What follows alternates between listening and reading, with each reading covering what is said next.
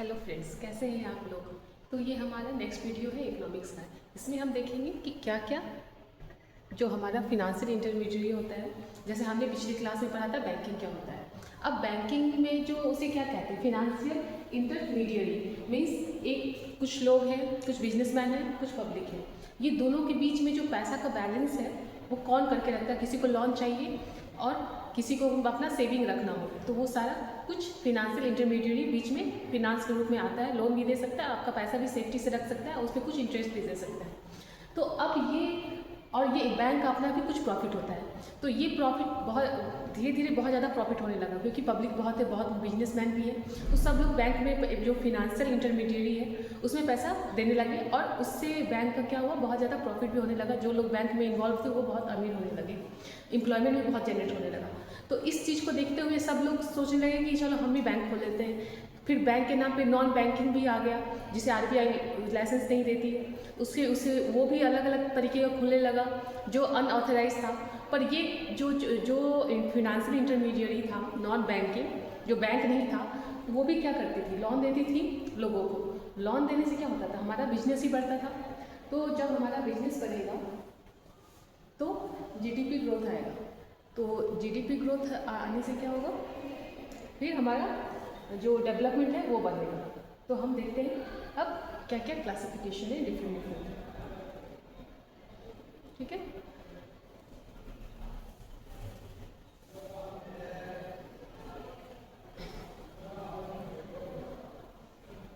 Financial intermediate ये दो तरीके का होता है, बैंकिंग और नॉन बैंकिंग। बैंकिंग और नॉन बैंकिंग। बैंकिंग भी दो तरीके का, commercial bank and cooperative bank. I hope आपको दिख रहा हो, कॉमर्शियल बैंक और cooperative bank.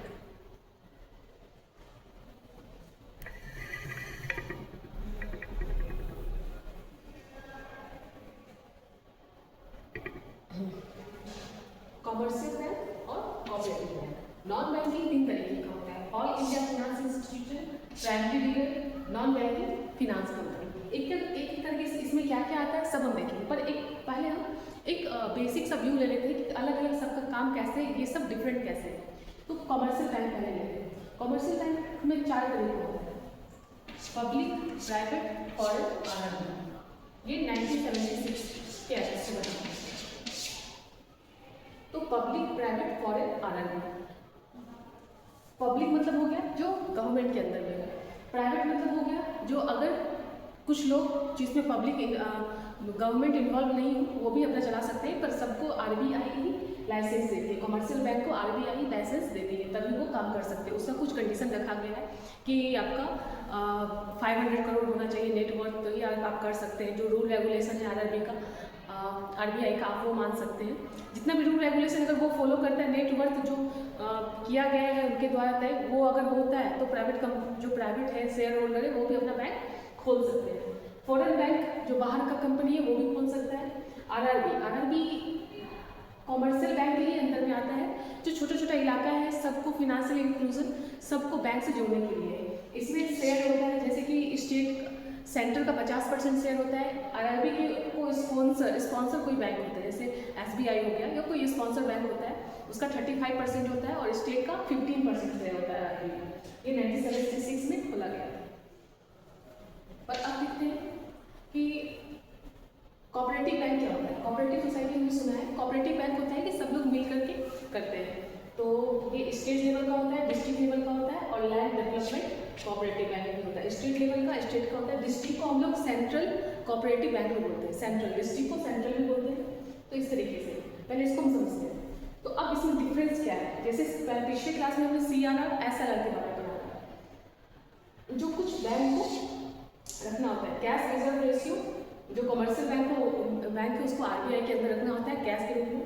SLR statutory liquidity ratio, ये कुछ पैसा है जो कैश के रूप में, गवर्नमेंट सिक्योरिटी और गोल्ड के रूप में आरबीआई के पास रखना होता है।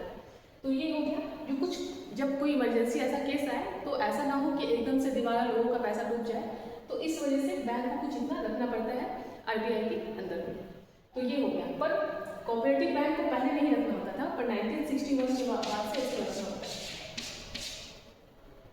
पब्लिक सेक्टर लैंडिंग मतलब जैसे फार्मर हो गए, MSME हो गया, स्मॉल बिजनेसेस हो गए, सबको जो लोन दिया जाता है वो कमर्शियल बैंक को कंपलसरी है कि 40% वो लोन देंगे। अगर नहीं देंगे, अगर 40% पूरा नहीं हो पाता है, या 40% ऐसा फिक्स नहीं है, वो चेंज भी कर सकते हैं मॉनेटरी पॉलिसी में, या गवर्नमेंट अपने हिसाब से जैसे जैसा इकोनॉमिक सिस्टम हो नेशन का।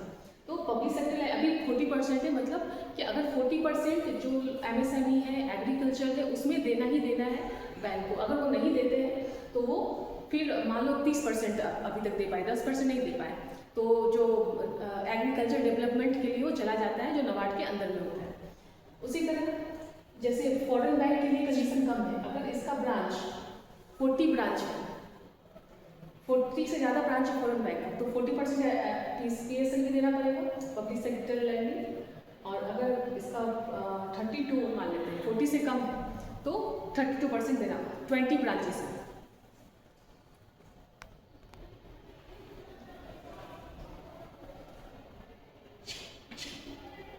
अगर फॉरेन बैंक का ब्रांच 20 से ज़्यादा है, 20 से ज़्यादा है, तो 40% पब्लिक सेक्टर लैंडिंग में देना पड़ेगा, और 20 से कम है तो 32% देना पड़ता है।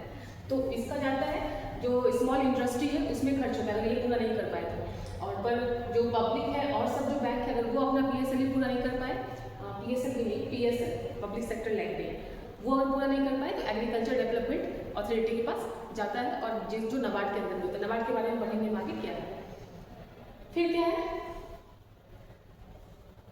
इसमें वोटिंग सिस्टम का बात है। कोऑपरेटिव में क्या होता है, जितने लोगों का शेयर होता है, 5 लोग हैं तो 1 वोट 1 पर्सन 1 वोट, एक आदमी 1 वोट दे सकता है।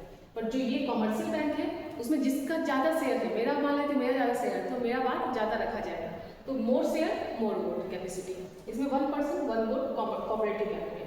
ये कोऑपरेटिव बैंक जो चलता है वो नो प्रॉफिट नो लॉस के हिसाब से चलता है, इसमें जो कॉमर्शियल बैंक है वो सिर्फ प्रॉफिट के हिसाब से चलता है। फिर नेक्स्ट है जो कमर्शियल बैंक है वो स्मॉल बैंक भी खोला जा सकता है। बाद में जब रघुराम राजन जो गवर्नर बने थे, उन्होंने कहा था कि एक कमेटी बनाई थी, निचिकित मोड कमेटी। उन्होंने कहा था कि फिनेंशियल इंक्लूजन को कैसे बढ़ाया जाए, सबको गांव को कैसे ही बैंक से जोड़ा जाए। तो स्मॉल बैंक का कॉन्सेप्ट आया था कि स्मॉल बैंक हर जगह रहेगा जो स्मॉल लोन दे सकते हैं कम इंटरेस्ट पे, 10-20 रुपया, 50 रुपया, 100 रुपये, इस तरीके से। तो इस तरीके से क्या होगा, धीरे धीरे सब लोग बैंक से जुड़ने लगेंगे और डेवलपमेंट होगा। तो स्मॉल बैंक का जो खोलने का कैपेसिटी होता है उसका नेटवर्थ भी 200 करोड़ या कम रखा गया था, और बैंक के हिसाब से कम था। तो स्मॉल बैंक खोलने का जो पावर है वो कॉमर्शियल बैंक के पास है, कोऑपरेटिव बैंक के पास स्मॉल बैंक नहीं खोल सकते कोऑपरेटिव बैंक। क्यों? क्योंकि ये ऑलरेडी लोगों का फेवर के लिए काम करते हैं। तो ये दोनों में ये डिफरेंस है, cooperative bank and commercial bank. Next हम आते हैं नॉन बैंकिंग। नॉन बैंकिंग में आता है ऑल इंडिया फाइनेंस इंस्टीट्यूशन। इसमें 4 पार्ट है, हम देखेंगे इसके बाद वाले वीडियो में, या अगर टाइम बचे तो इस वाले वीडियो में देख लेंगे। All India finance commission institution, primary dealer और नॉन बैंकिंग फाइनेंस कंपनी, ये आता है नॉन बैंकिंग। नॉन बैंकिंग मतलब अब बैंकिंग और नॉन बैंकिंग डिफरेंस कैसे है एक दूसरे से। तो पहले है जो टाइम डिपॉजिट होता है। टाइम डिपॉजिट इसमें होता है जो तीनों, ये जो बात कहा जा रहा है वो तीनों के लिए है कि क्या बेसिक डिफरेंस है बैंकिंग और नॉन बैंकिंग में। तो इसमें कहीं कहीं जो होता है नॉन बैंकिंग, इसमें टाइम डिपॉजिट होता है, current deposit and saving deposit नहीं होता है नॉन बैंकिंग में। वो सिर्फ बैंकिंग में होता है कि हाँ मेरा सैलरी आया मेरे अकाउंट में है, बैंक में जब करे मन शॉपिंग कर सकते हैं, जब मन करे निकाल सकते हैं। पर ये नॉन बैंकिंग में नहीं होता है। इसमें क्या क्या है, इसमें बस प्रॉफिट के लिए होता है, हम पैसा दे रहे हैं, 1 साल के बाद, 2 साल के बाद या 5 साल के बाद हमको कुछ उसमें इंटरेस्ट के साथ मिलेगा। तो ये नॉन बैंकिंग के लिए होता है। या हमको लोन लेना हो तो लोन दे देती है, और लोन लेके हम कुछ अपना बिजनेस चला सकते हैं, मेरा जब प्रॉफिट होगा तो हम इंटरेस्ट के साथ चुका देंगे। इसलिए नॉन बैंकिंग फाइनेंस कंपनी है। पर हाँ, टाइम डिपॉजिट अगर ये लोन के अलावा अगर टाइम डिपॉजिट में रखा जाए जिससे हमें इंटरेस्ट मिले, तो उसके लिए SLR देना पड़ता है। और वैसे अगर टाइम डिपॉजिट नहीं है तो CRR SLR का कोई प्रोविजन नहीं है नॉन बैंकिंग में। जरूरी नहीं है कि वो CRR SLR RBI के पास रखे। फिर इंटरेस्ट फिक्स नॉट। अब इंटरेस्ट जो होता है वो अलग अलग जो बॉडी है, अलग अलग जो अपना कंपनी है, वो अपने हिसाब से अपना इंटरेस्ट रख सकती है। इनके ऊपर प्रेशर नहीं रहता है कि आप 6% रखिए, 7% रखिए। वो अपना प्रॉफिट के हिसाब से, उनको ज़्यादा लोन देने का मन है तो वो 15 ज़्यादा पैसा लेने का मन है तो वो बोलेंगे कि ठीक है तुम वो पैसा दो, हम 15% देंगे। तो ऐसा फिक्स नहीं रखा गया, वो अपने हिसाब से तय करेंगे उनको कितना प्रॉफिट चाहिए, क्या देख रहे हैं मार्केट में, क्या है, उस हिसाब से वो फिक्स कर सकते हैं। तो इसमें गवर्नमेंट या RBI इंटरफेयर नहीं करती है। इंटरेस्ट फिक्स होता है नॉन बैंकिंग का, अपने हिसाब से कंपनी करती है। सरफेसी एक्ट हमने पिछले क्लास में पढ़ा था। सरफेसी एक्ट होता है जब ये नरसिम्हा कमेटी 1 आया था, 2 भी आया था, उसमें कहा गया था कि जो बैंकिंग के साथ कोई भी प्रॉब्लम हो जाता है, धोखाधड़ी हो जाता है, तो एक लीगल फ्रेमवर्क होना चाहिए, जो था नरसिम्हा कमेटी में कहा गया था। 1 और 2 दोनों में कहा गया था। तो उसी तरह सरफेसी एक्ट जो है जब बैंकिंग रेगुलेशन के लिए काम आता है, जब उसमें कुछ प्रॉब्लम हो जाए तो ये लीगल एक्ट होता है, उस पर काम करती है, उसको पैसा कैसे रिकवर किया जाए। बैंकिंग में कुछ घपला हो गया तो पैसा रिकवर करने के लिए सरफेसी एक्ट है, और इसका फुल फॉर्म आप बताइएगा कमेंट में। पर जो नॉन बैंकिंग है इसके लिए सरफेसी एक्ट नहीं है। अब इसके लिए सरफेसी एक्ट नहीं है तो क्या है, इसके लिए अलग अलग, इसको रेगुलेट करने के लिए अलग अलग बॉडी बनाया गया है। जैसे सेबी हो गया, security and exchange board of India. RBI भी कुछ बॉडी को कंट्रोल करती है, जैसे नेशनल हाउसिंग बैंक, ये सब। नेशनल हाउसिंग बैंक को गवर्नमेंट करती है, पर कुछ कुछ ऐसा बॉडी है जो RBI करती है। IRDA, insurance development authority of India. तो जैसे इंश्योरेंस कंपनी हो गया, उसको रेगुलेट कौन करता है? IRDA। वैसे ही पेंशन फंड भी होता है, पेंशन फंड को भी रेगुलेट करने के लिए अलग से बॉडी बनाया गया है। तो ये सब इसमें सरफेसी एक्ट काम नहीं करता है, ये बैंकिंग के लिए होता है। जब कुछ घपला हो गया बैंकिंग में तो सरफेसी एक्ट के तहत उसमें काम किया जाता है। इसमें अलग अलग अथॉरिटी, रेगुलेटरी बॉडी है जो अपने हिसाब से इसको, उसका रेगुलेशन बनाई हुई है कि इसमें ये प्रॉब्लम हो जाएगा तो इसको ऐसे सॉल्व किया जाएगा। इसका सेबी का पावर धीरे धीरे बढ़ाया गया। पहले 1992 में बनाया गया था, 1999 में इसे कुछ अमेंड किया गया। अमेंड करने के बाद इसमें पावर जोड़ दिया गया कि आप जो कुछ गड़बड़ करता है तो उसको आप सजा भी दे सकते हो, आपको जैसे मन करे उसको ठीक करो। तो इस तरीके से किसी का पैसा, जो जनता है, जो हमारे इनोसेंट पीपल है, उनका पैसा बर्बाद नहीं होना चाहिए। इस वजह से इसको कंट्रोल किया गया, क्योंकि अगर कंट्रोल नहीं करेंगे फिर भी लोग लालच में, ग्रिड में ये सब काम करेंगे, तो अच्छा है कि इसे कंट्रोल किया जाए।